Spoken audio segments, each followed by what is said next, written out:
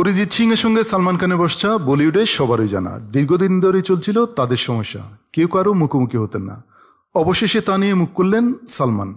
Big বস 19-এর সপ্তাহান্তে উপস্থিত ছিলেন কৌতুক শিল্পী রবি গুপ্তা। তিনি এসে সালমানকে বললেন, আপনার সামনে আসতে আমার ভয় করছিল। অবাক হয়ে সালমান কারণ জানতে চাইলে তখন রবি জানান তার মুখের সঙ্গে অরিজিৎ সিং এর মিল রয়েছে, তাই তিনি সালমানের সামনে আসতে ভয় পাচ্ছিলেন।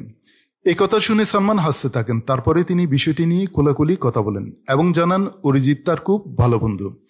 এ সময় সালমান খান বলেন, অরিজিৎ ও আমি দুজনেই খুব ভালো বন্ধু, আমাদের মধ্যে একটা ভুল বোঝাবুঝি ছিল, আর সে ভুল বোঝাবুঝিটা আমার দিক থেকেই হয়েছিল। 2014 সালের এক পুরস্কার বিতরণী অনুষ্ঠানে সঞ্চালকদের মধ্যে ছিলেন সালমান খান। খুবই সাদামাটা পোশাকে নিজের পুরস্কার নিতে মঞ্চে উঠেছিলেন অরিজিৎ সিং। তাকে দেখে সালমান মন্তব্য করেন, ঘুমাচ্ছিলেন নাকি? অরিজিৎ উত্তর দিয়েছিলেন, আরে আপনারাই ঘুম পাড়িয়ে দিয়েছিলেন।